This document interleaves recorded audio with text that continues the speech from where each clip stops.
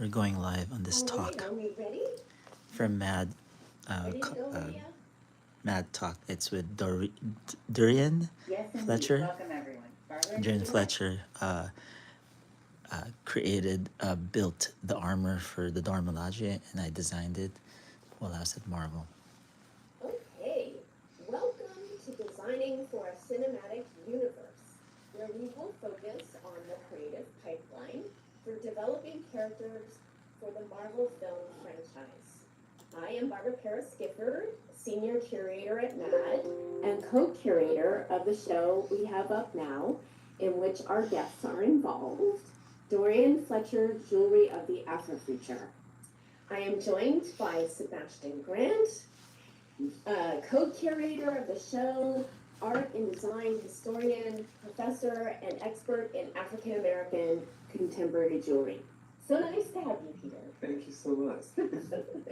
Now for an introduction of our guests, Douriean and formal Marvel Cinematic Universe designer Anthony Francisco, who will tell us about the Marvel characters they developed and took from 2D to 3D.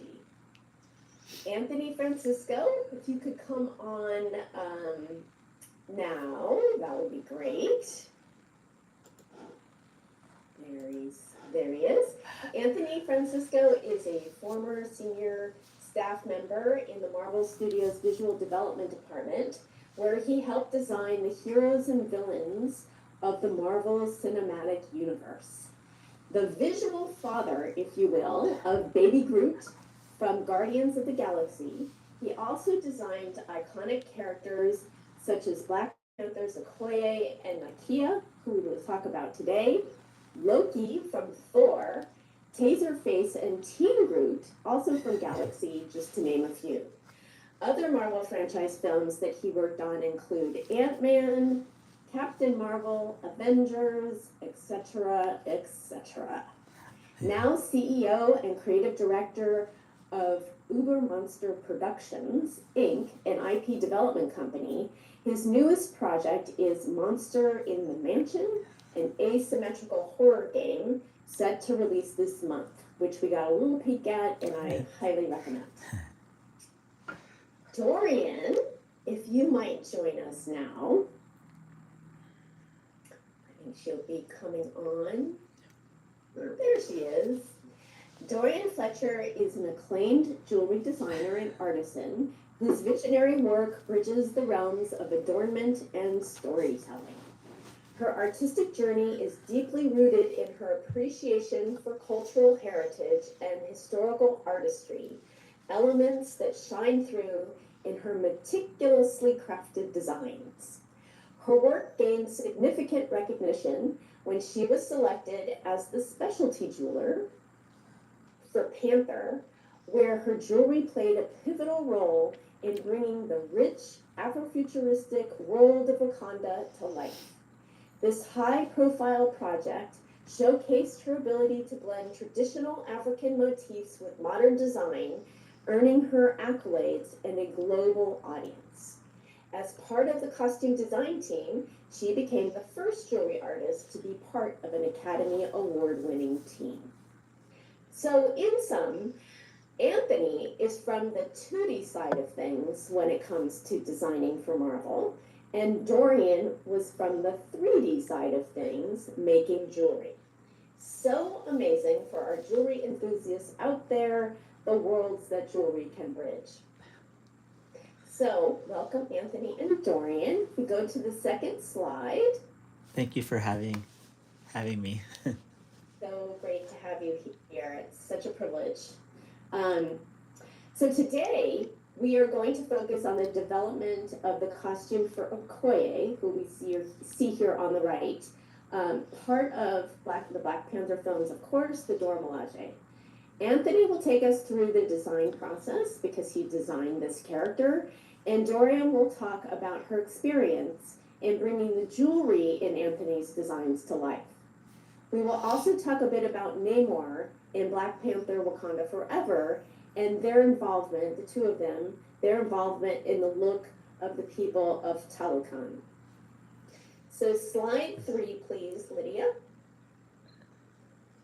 So Anthony, Yes. here we see the Dora Milaje as they appeared in the comic books. Tell us how you approached the design of them for film, because of course they look a lot different. Yeah, so again, thank you for having me and allowing me to share the story of the pipeline of how a design comes from the comic book to the screen for Marvel Cinematic Universe film. It all definitely starts from the comic book, and there are even older designs from this. And of course, we all know Black Panther was created by Jack Kirby and oh my God, Stan Lee. How could I forget that? Because Jack Kirby, Yeah. such an inspiration on stuff. And the Dora Milaje was created by Christopher Priest and Mark Texeira later on. So these characters, we had a bunch of other inspirational images, but I think this one was something they really liked. So from there, I took the images that they had and redesigned them for the Marvel Cinematic Universe. So I, next slide, please, Lydia. yeah. This is from one of the films, and it's Yes. Ayo. Yes. Yes.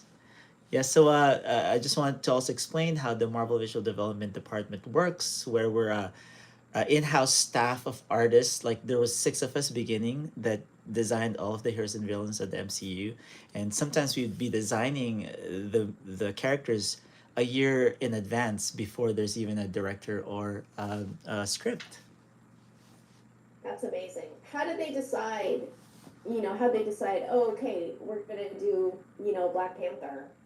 Well, they would have like a 10-year plan.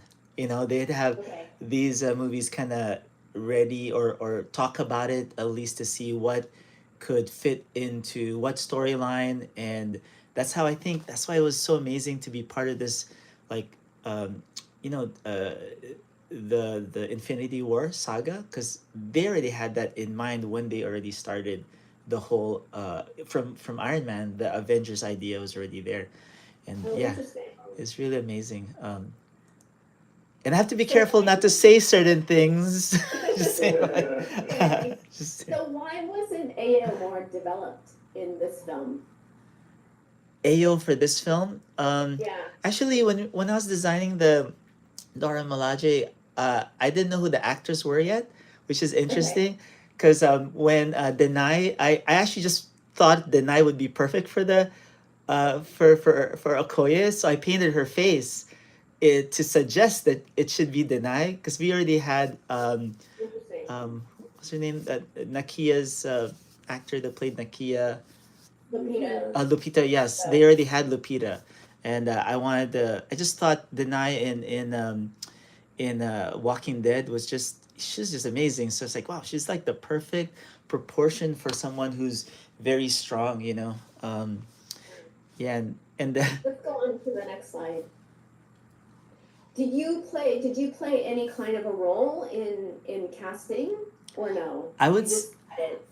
I all I did was send that picture in that painting of the nice face in I don't know if that did anything, but I know they didn't have her in mind. And when we found out we casted her, I was like, oh, I wonder, if I had That's so cool.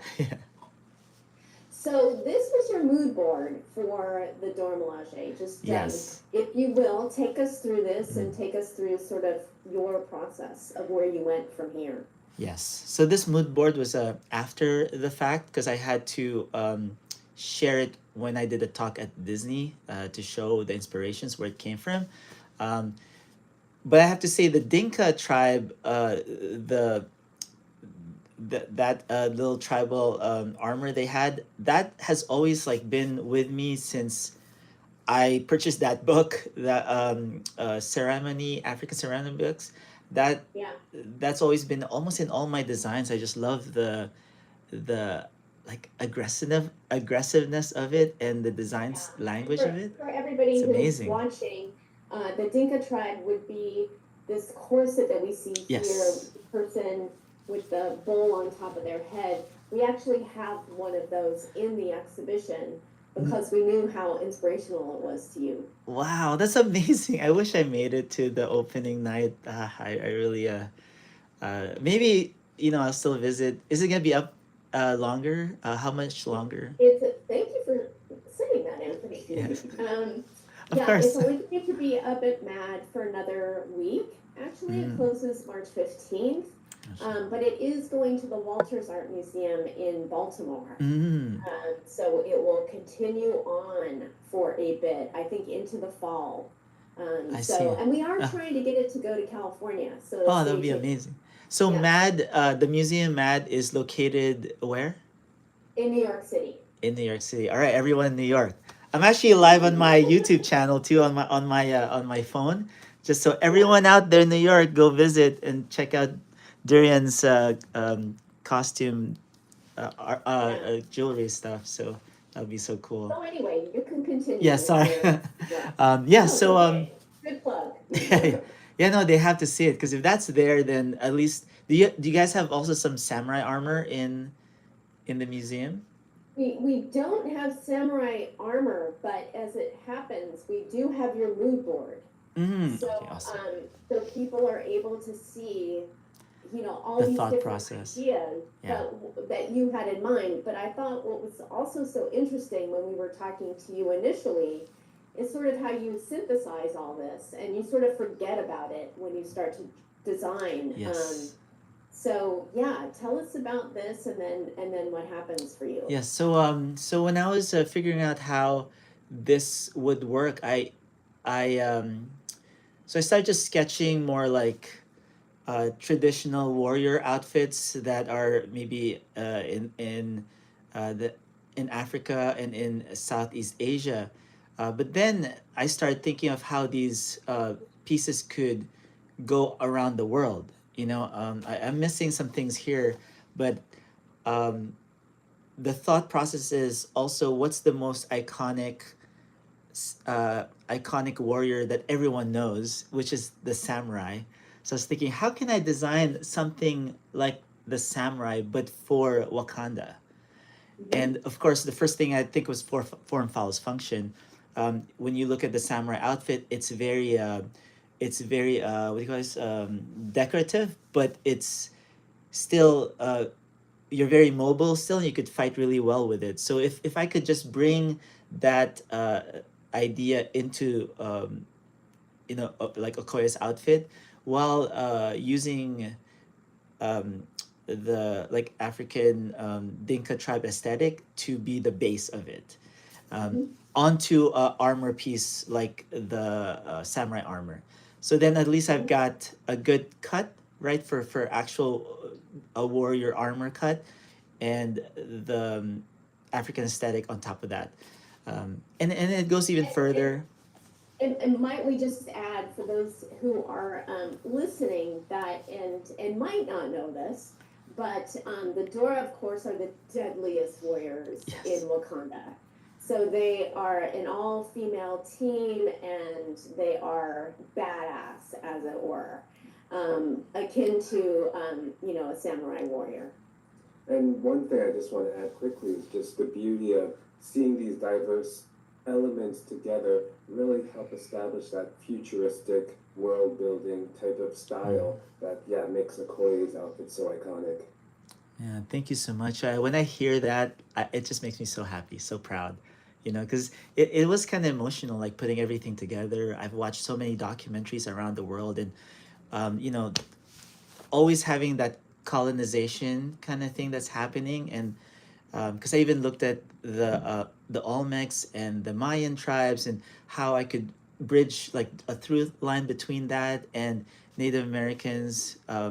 So there's something I got from each place, an inspiration from each place. So to bridge all of that into this one costume. So a lot of these shapes actually I've been using throughout all my design career. It all kind of came together into this one piece, and those shapes have been developing for a while. You know, Was it at all problematic that your influences were beyond sort of the African continent? uh, I I didn't think about that when I was designing it, but it never was problematic because if you think about it, if you use a lens that shows 80% uh, you when you design, you should always have one dominant aesthetic, and then you support it with the other ideas. That's why culturally it feels more relevant, like a whole world in that design. Because if they were one of the first people in the world in Africa that where civilization started, then they would be sharing different things that they've discovered. Then that would mean it would spread around the world, because Right. people even move around from different places and they bring their culture with them. So I feel like overall it just feels like it feels more organic that way.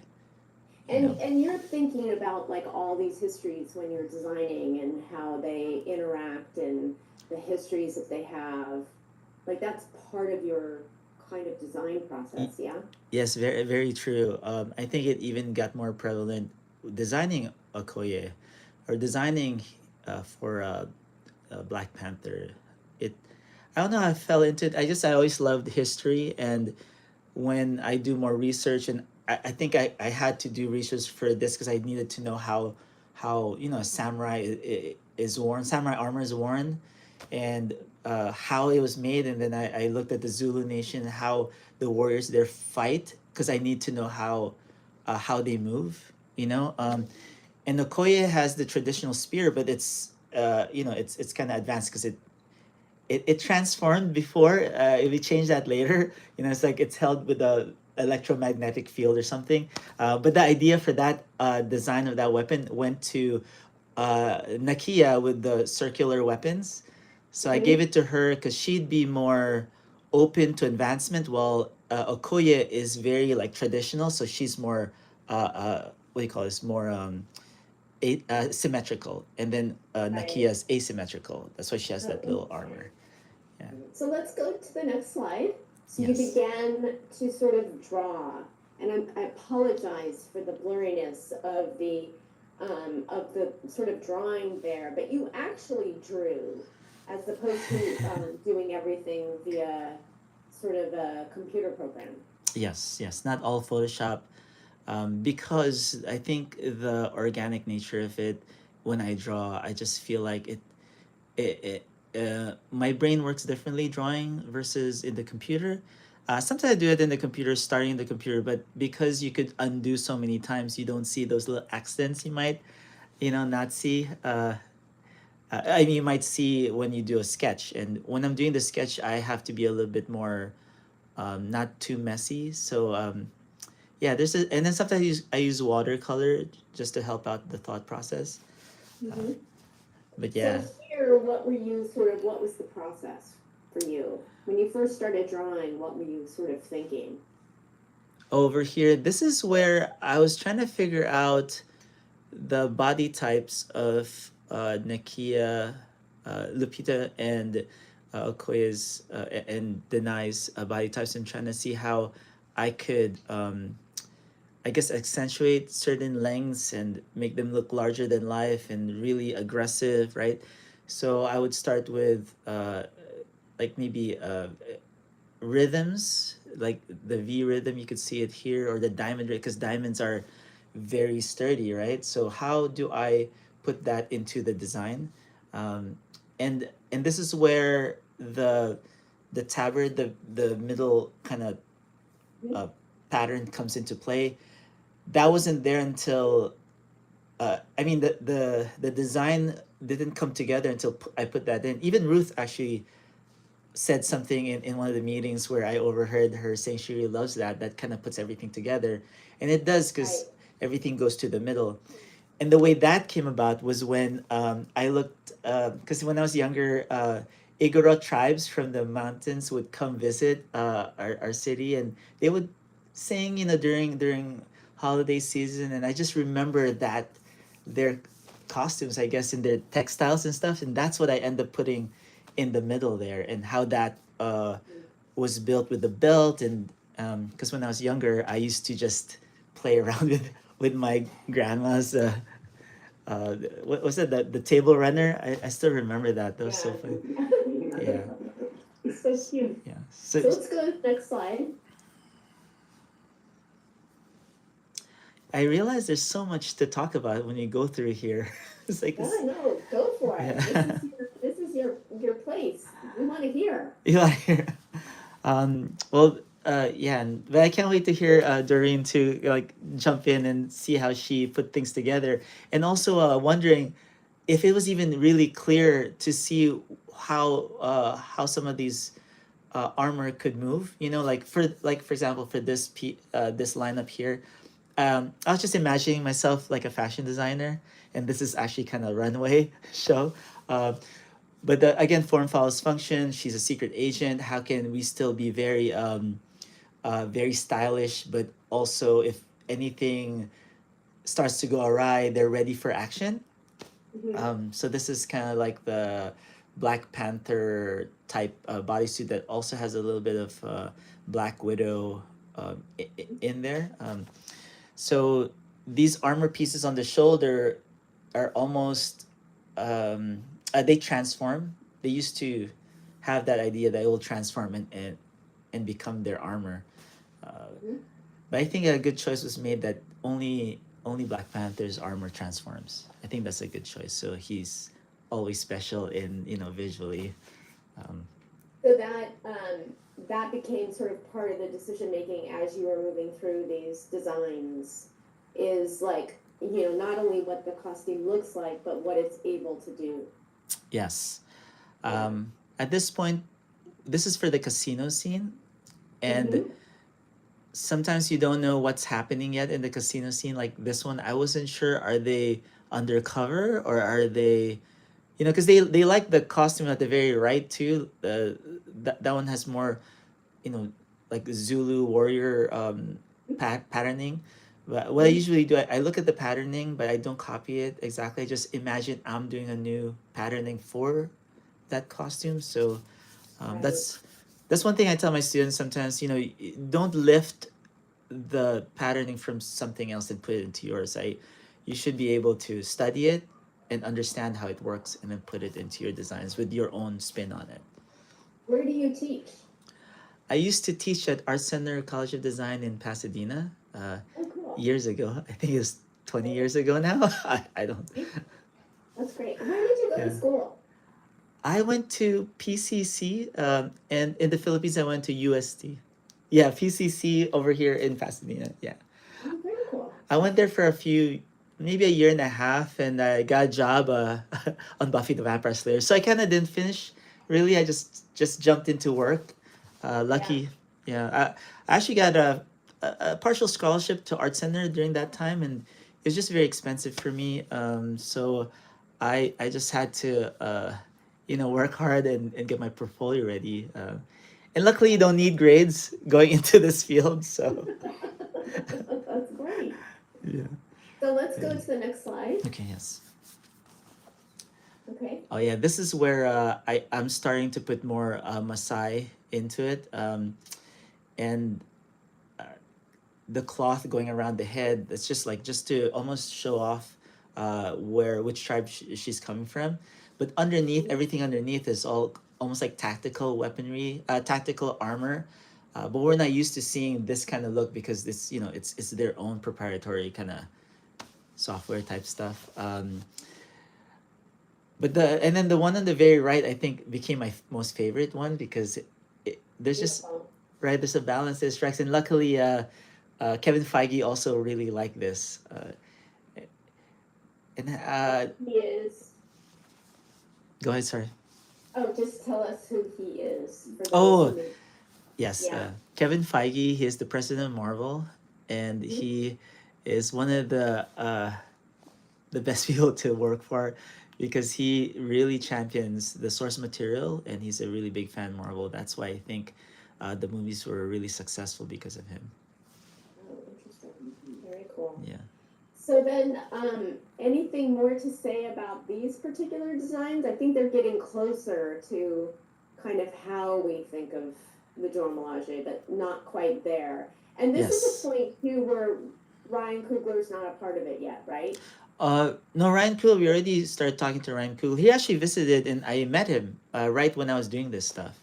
Okay. Such a nice guy, and they it was Hannah the production designer. Tickler. Yeah, yeah, she was.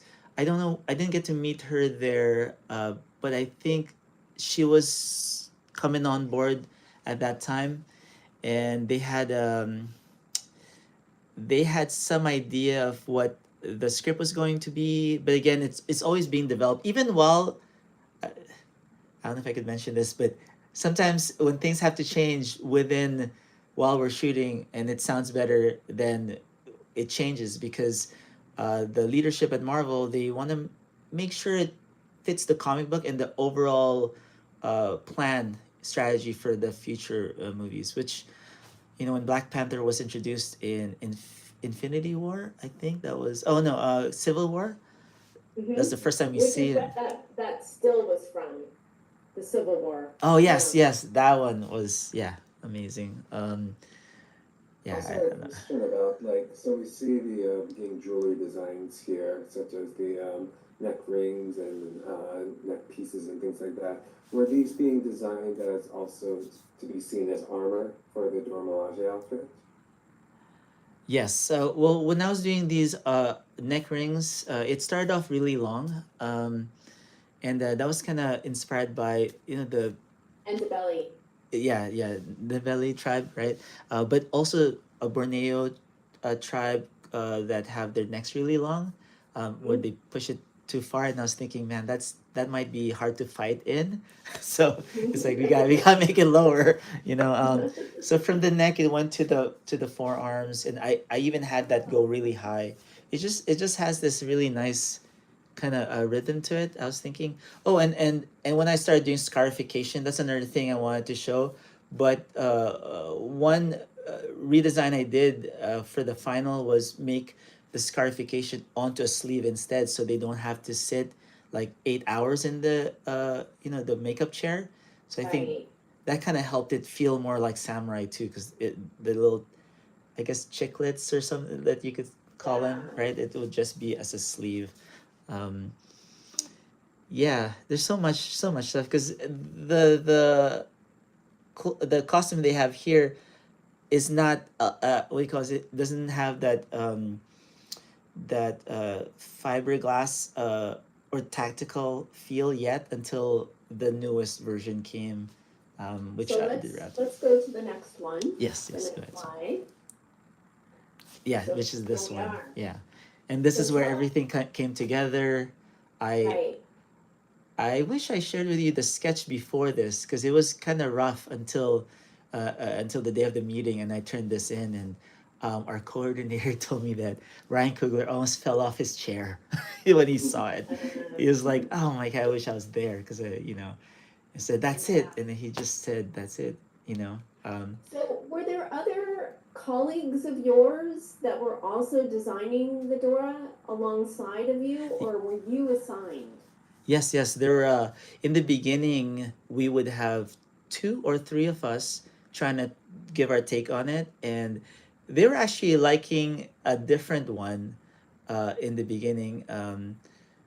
Carla Ortiz was one of the people that was working with us, and I don't know, it could be just me and her actually.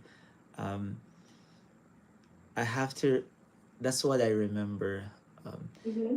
and I think with this red version, I think she's doing more of a blue green version because there's one in the comic book like that. But this red version, I felt like it fit them more because it feels like they're more like, lionesses in the Serengeti, and the lionesses do the hunting, right? Mm-hmm. And the male lion stays back and protects the family. That's nothing. Yeah, yeah. But these guys, yeah, they go out and they destroy, so they have to Yeah. look fierce. Um, Yeah. that's always in my And mind, fierceness. And here. yeah, this was during Yeah. the Me Too movement too, so it was very emotional kind of That's interesting. moment in time. Yeah, so it's just, I could go so into this. It's Yeah. but So anyway, tell us yeah. the difference here between Nakia. You told me once that with this sort of key frame, that it's when you put these two characters together that it became so powerful. And what really from a like a design perspective was the difference for you between Nakia and Okoye?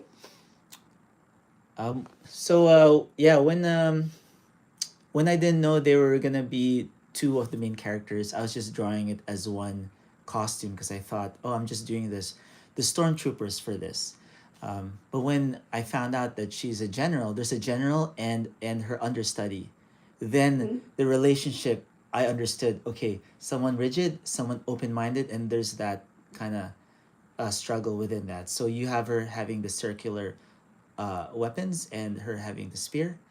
And Mm-hmm. when I put them together, it was, I don't know if it was accidental, but we usually at Marvel usually like to do keyframes, so we show how the environment and the relationships between the characters would work. So at this point, when I was doing this, I've already been at Marvel for like 2 years already, so I understood that the producers and Kevin Feige, they love to feel the scene, you know. Mm-hmm. So it's very important for artists not only designing the coolness of the costume, but also design the keyframe and the moment you see them. So yeah, and when And I that's what this is. yeah, this Yeah. is like what do you call it when you double take look, you know, like you have to Yeah. see what it Yeah. is. This is the sort of aha, sort of like kind of a moment. Yeah, Yeah. yeah, it makes me really happy Um, that, but and if you yeah, can, just sort of, we saw your mood board, we saw the sort of different things that were on the mood board. At this point, can you break down sort of what influences are there, or does it feel like this is its own thing now? it's still there. All the influence. I mean, the colors of Nakia's armor has the Nabili tribe. It's in there. You know that corset is definitely underneath that. I even tried putting that sharp piece going up behind her, but it didn't feel right for Oh, um, interesting. that samurai feeling. I just wanted Yeah. them to be amazing, and that armor piece. I think they started calling it what do you call that, Durian? They started calling it the armadillo. That's what Ruth was Mhm. saying. Oh, Yeah, yeah. and I'm glad when she put that together, and just you had to figure all that out how it overlaps each other because it still had to be moving. You know. Yeah. Yeah, that's So my understanding is with this sort of key frame mhm. and Ryan Coogler saying, "Yep, this is the one. This is it." From that point, it sort of goes to Ruth and Yes. Ruth Carter's team, Yep. and and this includes Dorian, of course, have to figure out how to make this design, how to resolve it in 3D. What Yeah. actual materials are going to be used, how many of those necklaces are going to be needed, given that they're going to be in fight scenes. And those are the kinds of things, next slide, please, that Yes. that you, Dorian, are working through. And it's my understanding that these are sort of the main things that you design, that you then took to fruition from what Yes. Anthony had in his key frame. Right. So by the time that the illustrations came to me, I was given the task of creating and pretty much articulating and visioning these as 3D objects. Um, and that consisted of the necklace, the armor, um, to the left, the panther buckle, the tassels, and what's not shown here are the well, it wasn't on the coins. It was on the other Dora Milaje. Are the ornaments on the boots. Yeah. And actually, we did try. I did try to make the ballet neck rings and the arm cuffs as well, but due to the fight scenes that they were in, it just wasn't the lightest, easiest, safest That makes sense. pieces to make. Yeah, can you Yes. imagine them fighting with things of metal on their arms? Right. So by the time it got to me, I did try, as you saw in the previous, in Anthony's illustration, Okoye had pearls on her. Well, let's go necklace. to the next Yes, slide. yeah. I want to add, by the way, the way Durian put together this the armor and how it just felt so lived in because it fit the tribe's like traditional wear with a little bit of medieval armor. I think I really love the way she put that together. It's amazing. Because it looked real. Yeah, It yeah. looked real, it looked worn in, it looked used, which these warriors are active warriors, so that makes sense. Yes, yes. Right, and that's what Ryan and Kugler and Ruth Carter wanted. Was it to look like it was an actual um, armor maker, someone making these by hand, and Yes. you can see that they look worn. Mhm. And so that's what I accomplished here. As you see, it was a challenge to figure out how to make these comfortable and how to allow them to be able to like articulate on the shoulder, Yeah. particularly the armadillo one, but we'll get to that one later. And to be able to make, I believe I made 13 of these. So why did you have to make so many? Good question.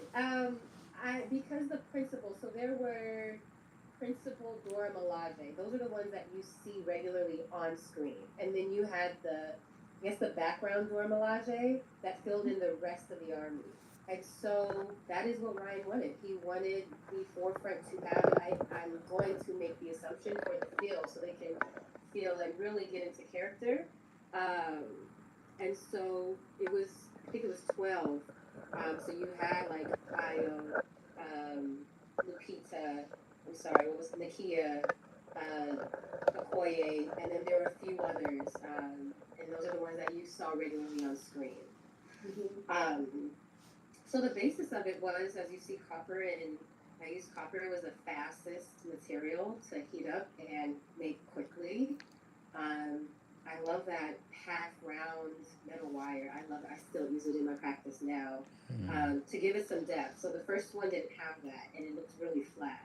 And so we tried to figure out, as a jewelry maker, how can I create something that does look like real armor in this in this nation.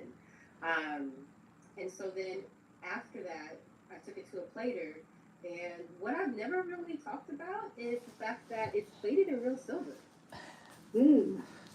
Like that is actual silver that it's plated in, and then Okoye's is plated in 18 karat gold. Yeah. Uh, So with the Yeah. price of gold now, I know. if Okoye, $1,500 an ounce. if Denai walked out of set with it, it'll be how much? And how many of these costumes were made for principal characters? Did they only have one costume, or did they need multiples for different scenes, different one for action scenes, one for much more just looks based? So they did have multiple. From my recollection, I know for sure there were two. And then they each had a set. The principal had a set of the metal armor and then plastic. So forgive me for forgetting the process, but they were able to like form it, create a mold, and cast it into plastic.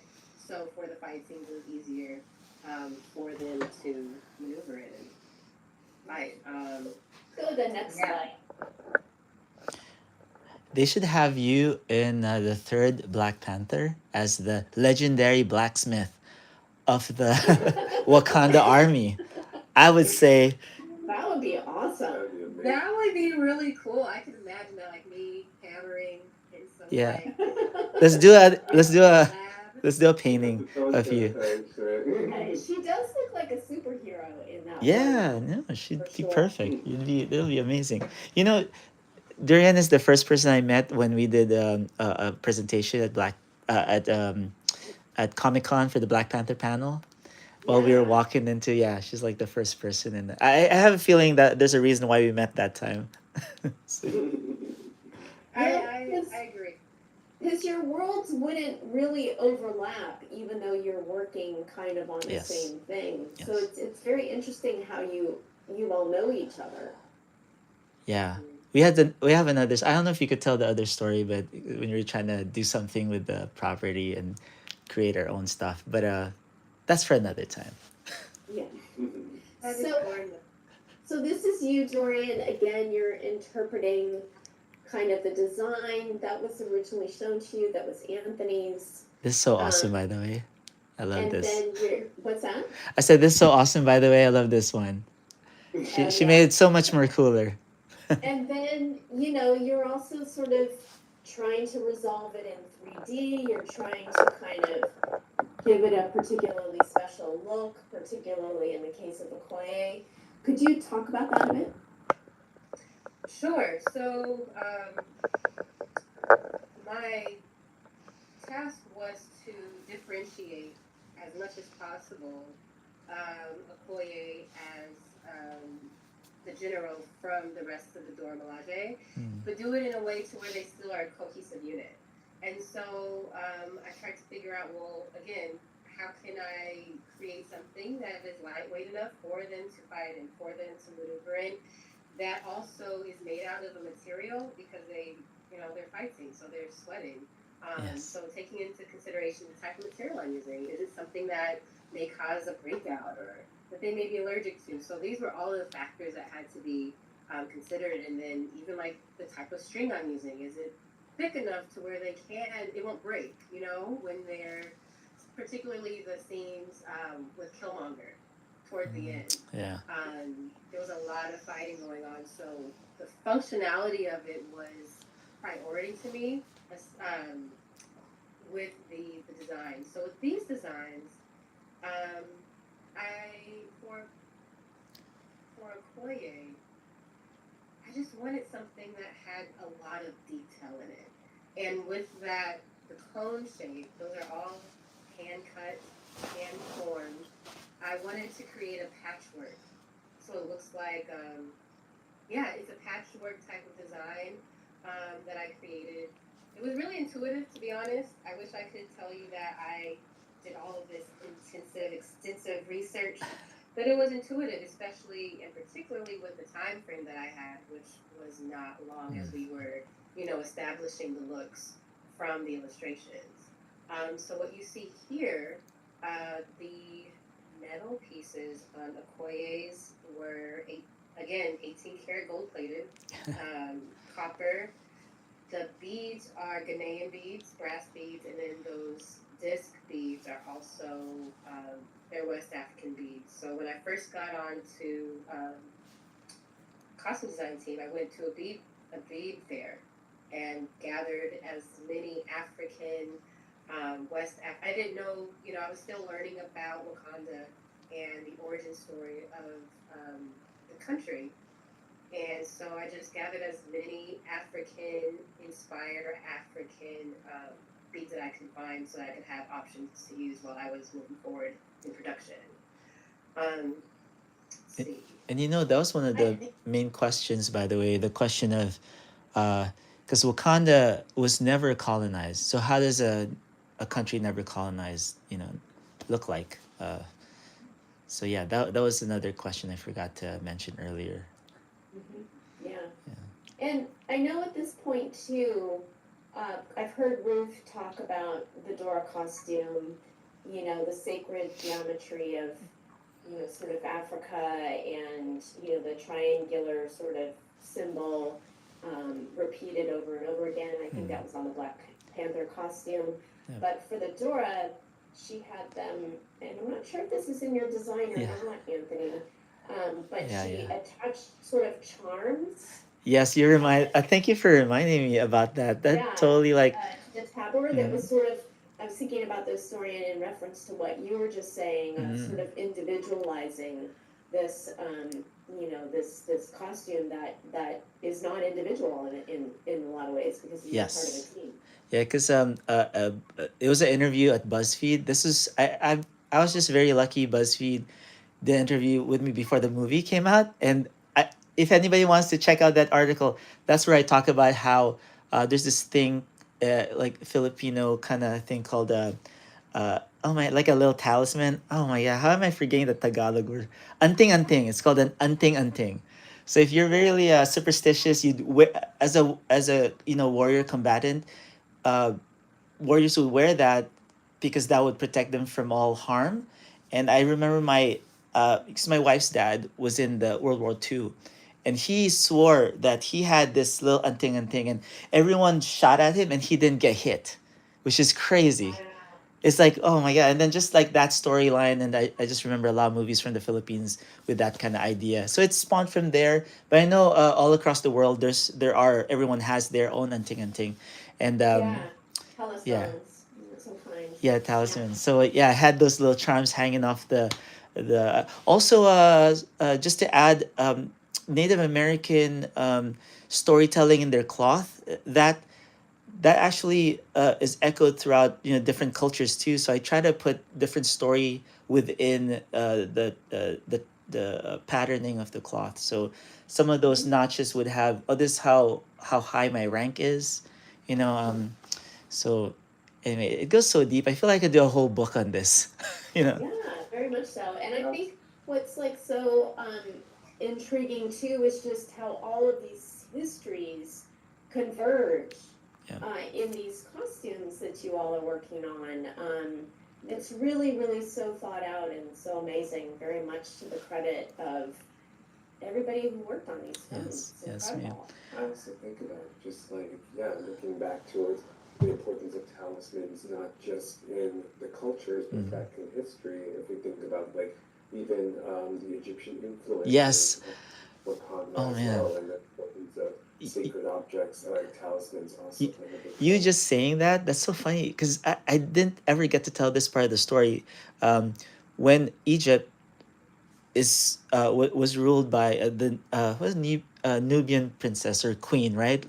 Black people were there, and how the Turk was it the Turks that invaded and conquered Europe or something like that, and they were just saying that place where Egypt was a forest back then. So imagine if Wakanda started there, and again, there's just that one was just also in my mind as I researched the Like what the pyramids. environment was like. Yeah, Yeah, yeah. It's really interesting. so interesting. So Dorian, the patterns that you put on Okoye's necklace, would they be specific sort of to her history? Or they just would have been taken from different places? Were you thinking about that? No. I wasn't thinking about that. What I was thinking about is something. I put myself in the position of the maker when it came to detailing it. So, what could I do within that small? I think I was utilizing at that time like more of like an engineering brain. So I wasn't utilizing or like pulling from anthropology at that moment, but it was what can I do in this small amount of space that can create an impact and is a very distinct design that can be seen on camera that differentiates her from the other Dora Milaje. And that's what I was thinking, like what can I possibly do in that small space that where you can see something is different? It's very interesting kind of to listen to the both of you together because you can you can hear all the material considerations that you had to think through, Dorian. Because you have to think through things like weight and how something might perform and all the rest of it, whereas Anthony, you can take a more sort of anthropological sort of look at things because of the world sort of that you live in more. It really And shows this transition from theory to Yeah. practice. Yeah. yeah, and I worked in special effects before, so we have to make sure it works. So the part where because some people I tell my students this, if the silhouette's too crazy, then most of the time you'll give the person making it a hard time. They'll have to figure out how it works even more.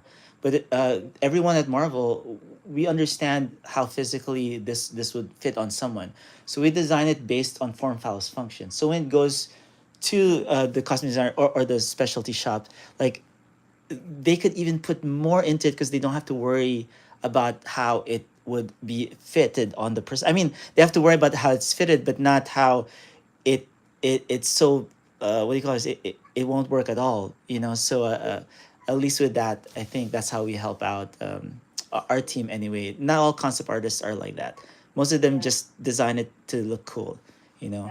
That makes a lot of sense. But what's nice with oh, sorry, I just wanted to add this. What's nice with Doreen stuff though, when she puts it in there, it looks like it has technology in it, which is really really great with style and traditional kind of flair. So yeah, I really like that. Like each one of those could be a nanobot or something. Yeah. Mhm. Yeah. So let's go to the next slide.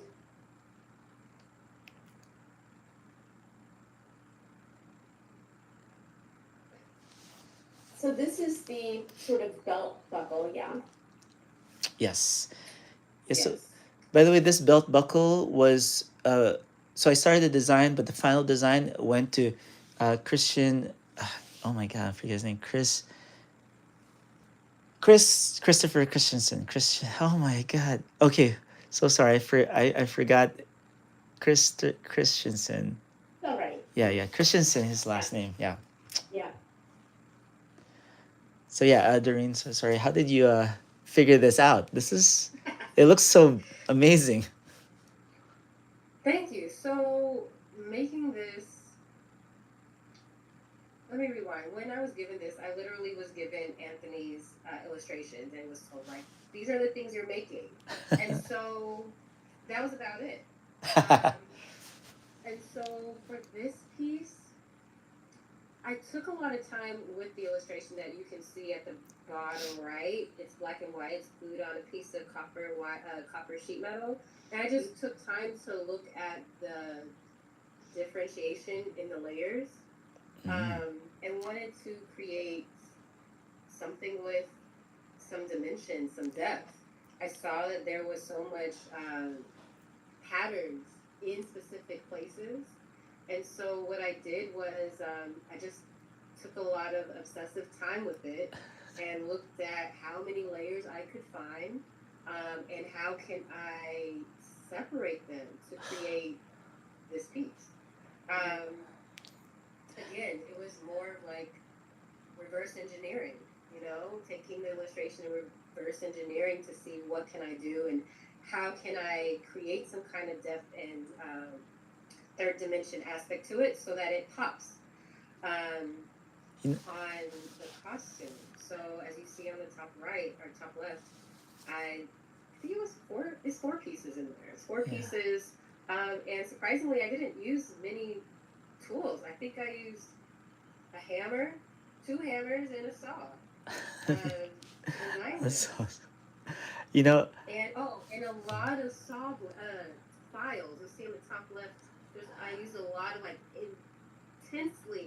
incredibly small files to do this. But this was I made.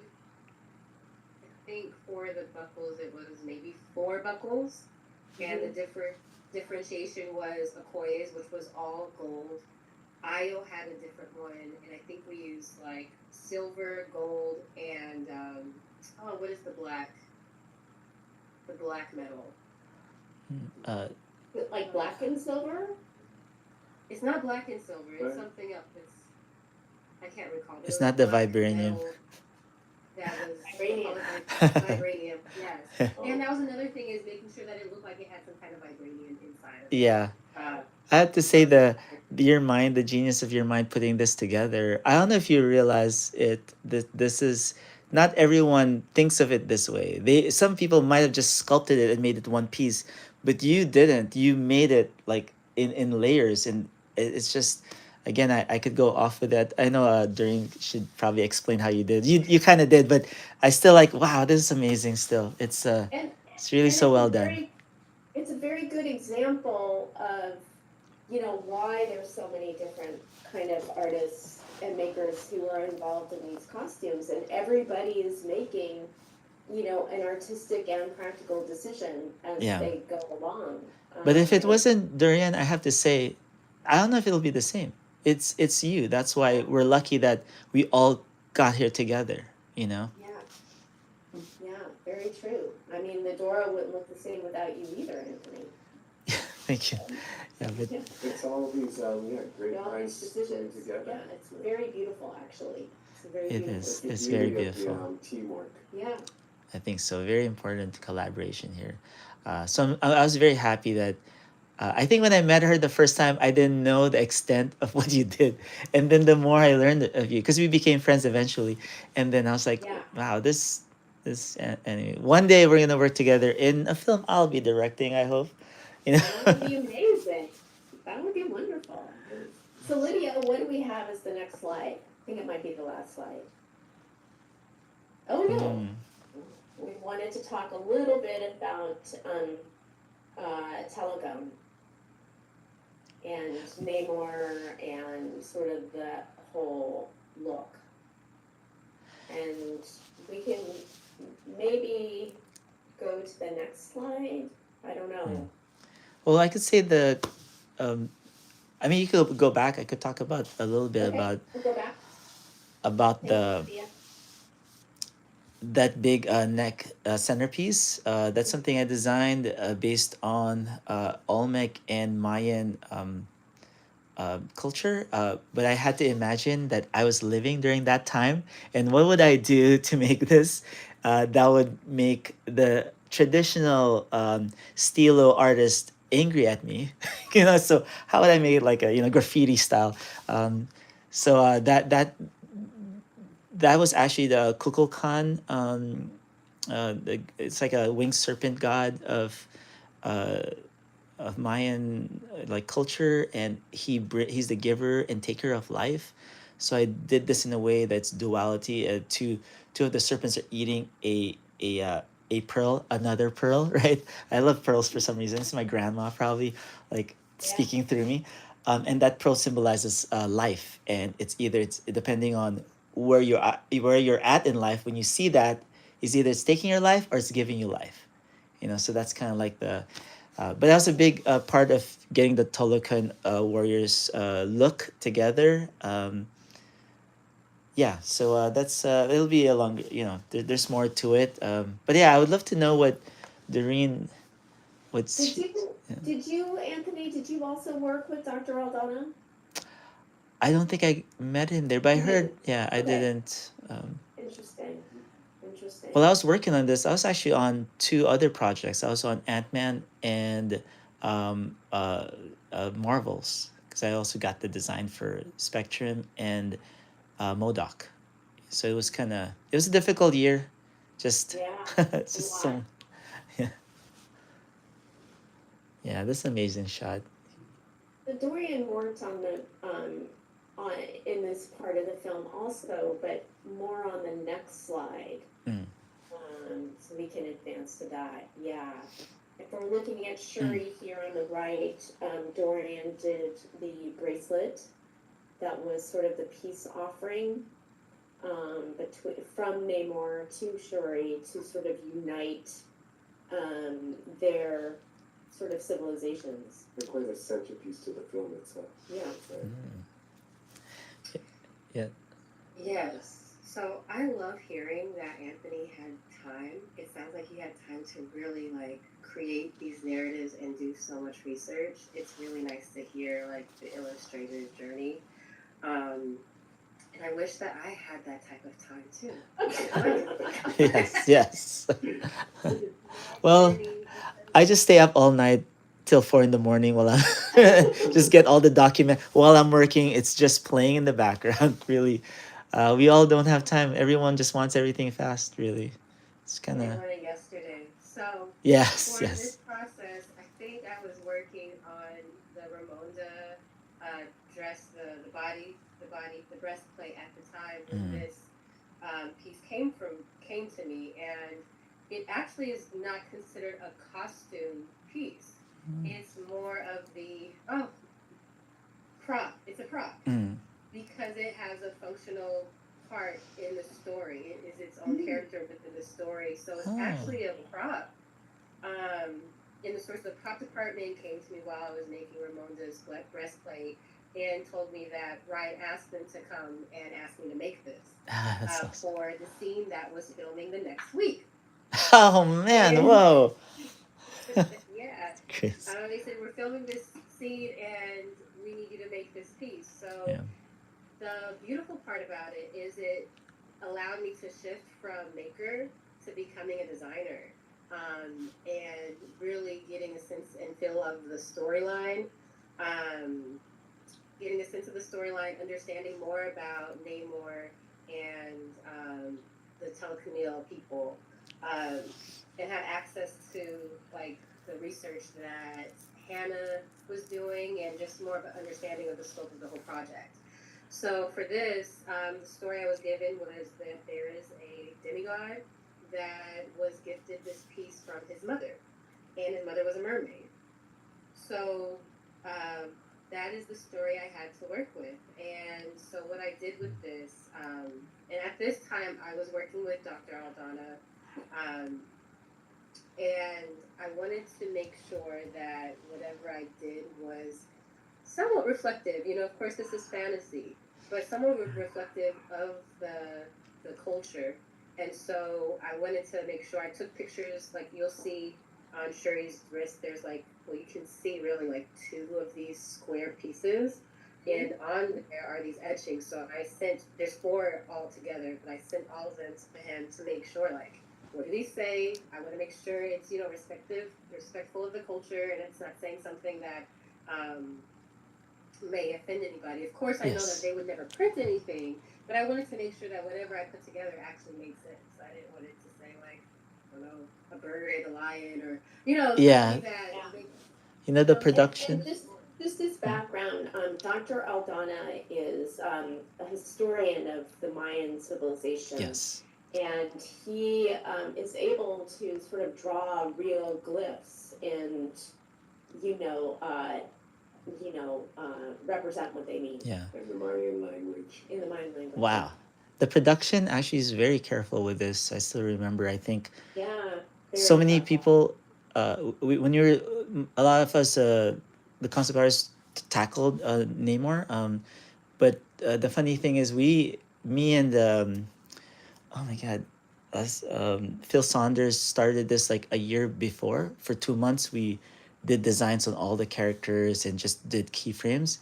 And I think advice to artists doing designs that have historical relevance, you have to design it the way you design it, because a lot of the other artists would just, like I said, just grab and put it in their, and it didn't work, because Dr. Aldana, is that his name, Dr.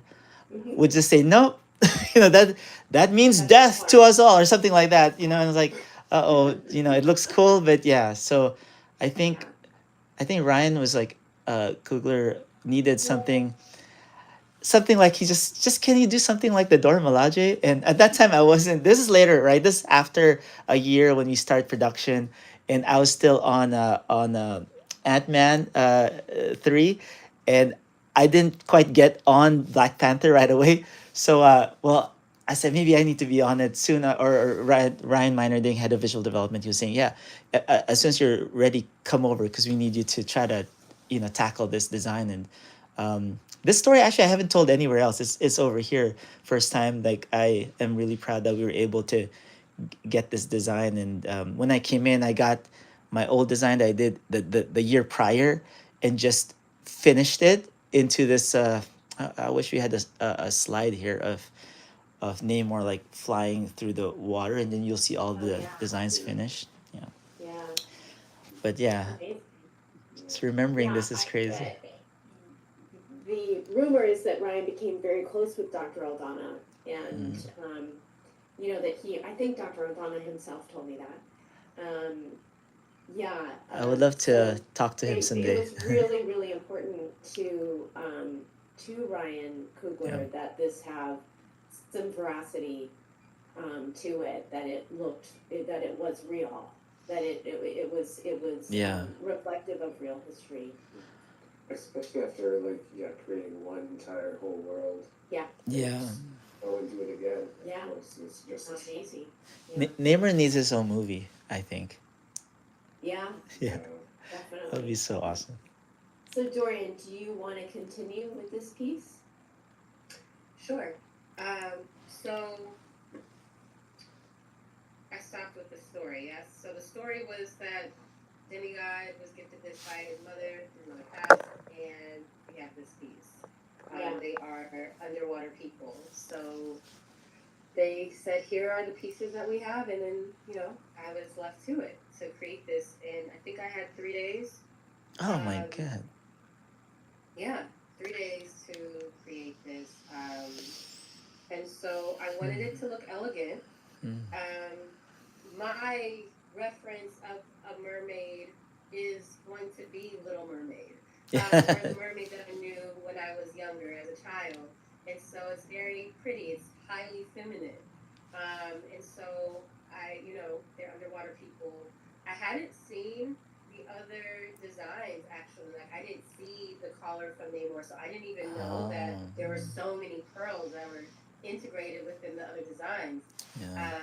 But I found these, and I believe it's pearl, gold filled beads, and then those the squares with Those the cabochons. symbols on them, the caboch, and then, yeah, and I made them cabochons. Yeah. And at the time, there were a few. I made this, and then there was the desire to create a few more options to see which one would reflect the best. And so they brought them to, what is his name? Tanakh? Yes? Is that his? Yes. Oh yeah. And Huerta. Tisha. Yeah. Yeah, Yeah. Huerta. They brought them to set because they were going to use this one, but there were other options that they wanted to expand the options. And so they brought them to set. This was mine, and they brought 3 others, and the other ones were more like hemp or jute. So they looked very hand-made, very Because vibranium for the Tolucan people is in fiber. right. Vibranium is in Vibranium. fiber, and so they're. What I did to incorporate it because I loved the story. Like that is a heart. It's a very emotional, heartwarming story that he has. A very emotional story that he has with his mom. So I wanted to carry that story into the piece, and then even after reading the script as well, I wanted the vibranium, the fibers, to be not an afterthought, but secondary to the emotions that carried within this piece. And so, I'm sure everyone has seen the film. On the other side of her wrist, you'll see I used hip strings, like small hip strings to allow it to tie together. And there you find, after she does her chemistry, what are they? Her chemical. Oh yeah, yeah. For experiments and stuff. Right, experiments. Yeah. You'll find that there's the vibranium there. Do you have this displayed in the show? Yes. Yes. Yes. Can't wait to see it. Yeah. It's a great story. And I remember talking to Dr. Aldana about the piece after you made the piece and being so pleased with it. But the gold, he wasn't sure. It's like, how would they have known about gold? Because Jade was the in Mayan culture is the, sort of the material. And then he came up, this is just an example of how sort of history and these sort of fictitious stories kind of come together.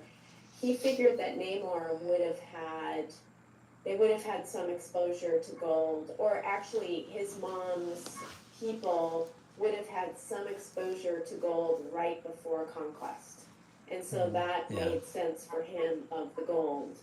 But it was just interesting to hear him kind of think through that, because it was really right about that moment, right before they went into the water to save their civilization. I didn't know that. I love that so much. The consideration that was taken, because I know after we wrapped, I went to Belize and went on a tour, and I showed some of the photos of the things I made just to make sure that I got it right. Like I wanted to make sure that it was as historically accurate as possible. And they said I got it. So I was really pleased with that because I wanted to make make sure that the people were represented as best as possible with the time Yeah. frame that I had. Yeah. And it was a little nerve wracking because it's a whole new culture, Yeah. a whole new world building, and to ensure that I was able to make something, because I came into this project, as far as the telecondile goes, with very little information. Like I thought everyone wore jade, and then after talking with Professor Dr. Aldana, realizing that based off of the region that the people dwelled, like the materials are different. The regional materials are different, and that was really eye-opening to me. I mean, I guess that applies to anywhere, but just with what is predominantly shown in museums and in the media, I really thought everyone just wore. That would be anybody's impression. Sure. Yeah. Yeah. Okay. Yes. Next slide. And I think that's it. So before and after. Look. So Yeah. great. Thank you so much. This was so interesting. It made me think of a million other kinds of talks that we could do. Just the the interaction between your worlds is so very, very it just is. It's so very hidden, really. It's invisible sometimes. No one knows. invisible, Yeah. so we don't know about it at all. So Yeah. it's such an honor to talk to both of you and to sort of reveal, all these amazing decisions and people that work on these films, and just the integrity that's involved is so great. Thank you for just showing the power of creative thought, especially from creators themselves. They have their careers, they have their own ideas, but how they all just come together so beautifully. They really can create some pretty, just again, iconic pieces, stories, and tales to discuss after the success of these films. Oh yeah. It's really just that accomplishment feels so good. Yeah. And thank you guys too for having us this platform to talk about it. That's really one of the best parts. Yeah, absolutely. So thank you to everyone who has joined us. Thank you to everyone on our panel. Thank you, Anthony, Dorian, Barbara, and Sebastian. This was such a treat. Also, happily, we have recorded this, so we will have a record of this wonderful conversation. And thank you to everyone for joining us. This was a blast. Thank you. Thank you so and much. check out the show when you're in New York. It is Yes. just phenomenal. So, Barbara, I'll give you the last word. Yeah, just one more. Or Doreen wanted to say something. Oh yeah. Oh yeah.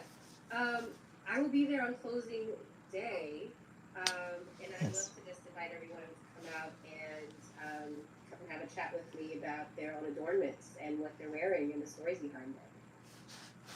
Great, I'll be there. Awesome. All right, we'll see everybody there. Thank All right. you. Thank you, everyone.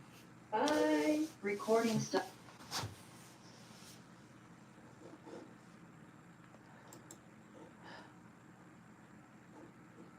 All right, you guys. I don't know if you enjoyed that little behind the scenes with me. That was like an interesting talk. That's pretty long, huh? 73 minutes. Let me see. Anthony Francisco, how are you? Stella, I'm fine. Sorry I didn't get to reply to anybody here, but hopefully you watch it again. And yeah, there's so much story to tell in the collaboration between the Marvel Studios and the costume department and just all the vendors and artistry that's out there, that I feel like it's so lucky to put something like this together. The last 10 years of Marvel was amazing. I'm glad I was part of it. So anyway, I'm gonna go. Everyone have a great weekend. Hopefully this inspires you. And if you ever want to follow Doreen, she's on Instagram. I'm trying to get her to start a YouTube channel. I think she has one, because we have to have behind the scenes of how she makes these jewelry. Anyway, yes, talk to you guys later. Bye.